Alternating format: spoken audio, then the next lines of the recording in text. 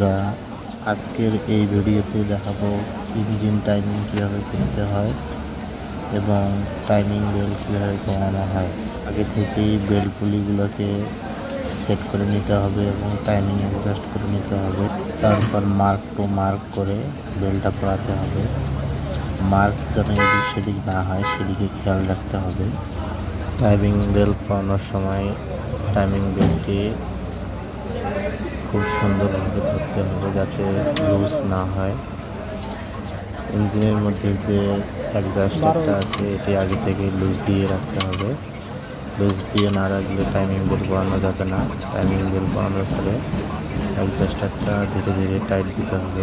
ধন্যবাদ সবাইকে পরবর্তী ভিডিও দেখার জন্য। ভিডিওটি লাইক এবং ফলো দিয়ে পাশে থাকবেন। ধন্যবাদ সবাইকে।